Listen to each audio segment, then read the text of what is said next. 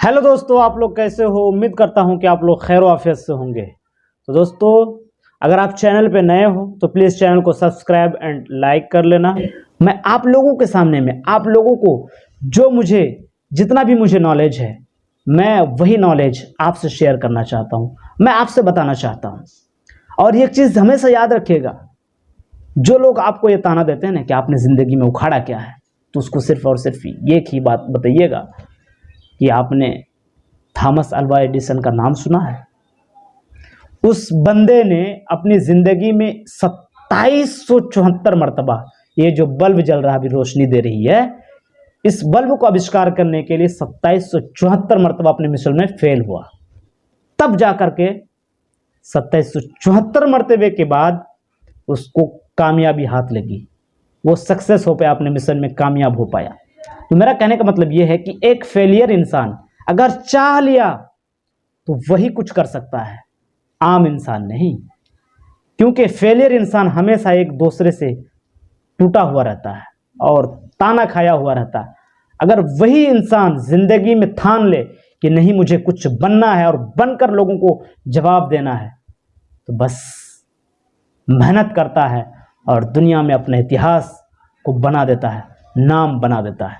इसी तरह दो भाइयों को, जो हवाई जहाज़ को जिन्होंने बनाया था, ठीक है, उन्होंने ट्राई किया कागज़ से, ढेला से, जिसको हम पत्थर ढेला बोलते हैं, उस चीज़ से ट्राई किया।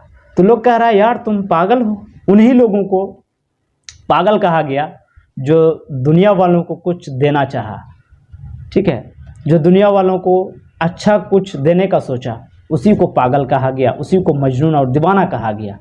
इसीलिए मैं आप लोगों से रिक्वेस्ट करूंगा कि आप अपनी ज़िंदगी के बारे में भी सोचिए, सिर्फ लोगों की ज़िंदगी के बारे में सवाल खड़ा मत कीजिए। ये मत कहिए कि तुमने क्या कर लिया, तुमने क्या कर लिया। जब आप अपने अंदर की कमी को झांकिएगा ना, तो दुनिया ऑटोमेटिकली सुधर जाएगी, दुनिया लाइन पे आ जाएगी। लेकिन अपने आप में झांकने की ज़रूरत है, ठीक है। हम लोगों की बुराइयों को खोजने चलते हैं। अगर कोई बच्चा, कोई स्टूडेंट्स किसी से सवाल कर रहा, किसी से पूछ रहा, अगर गलत ही बोल दिया तो लोगों को लगता है यार तुम तो गलत बोल दिए। आप थोड़ा सा पढ़े लिखे हो तो आप कह रहे हो उस बच्चे को, 2-4 बच्चे हैं, 2-4 स्टूडेंट्स हैं, उसको वहीं पे, या बड़े आदमी हैं तो उसको वहीं पे आप डांट देते हो, उसकी वेरड़ को वहीं पे दिखा देते हो। ये बहादुरिया और शाबाशी वाली बात नहीं है। आप उसको बाद में भी बता सकते थे। अगर वहाँ पे आप बता रहे हो ना, इसके मतलब आप अपने को बड़ा तुर्रबखान और जानकार समझते हो, ठीक है।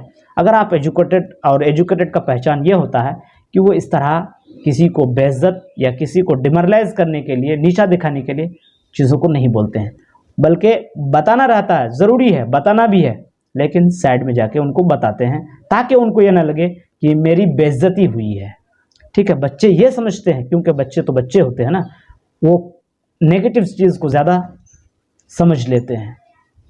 आप पॉजिटिव भी कह रहे हो ना, तो उसको पॉजिटिव की तरह उसको समझाना पड़ेगा, उनको रिएक्ट करवाना पड़ेगा, दिखाना पड़ेगा, बताना पड़ेगा, तब जाके आपकी बातों को समझ पाएगा।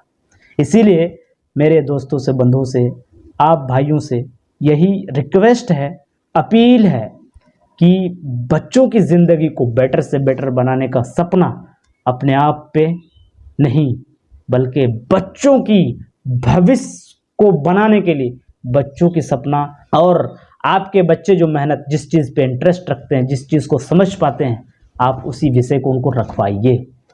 ये मेरा आपसे विनम्र निवेदन है कि आप इस चीज़ को समझने की कोशिश कीजिए। भले आप पैसा दे रहे हों, लेकिन उस बच्चे की भी फीलिंग्स को समझिए। अगर मेरी बातों से आप सहमत हों तो हमारे चैनल को सब्सक्राइब और एक प्यारा सा लाइक कर दीजिएगा।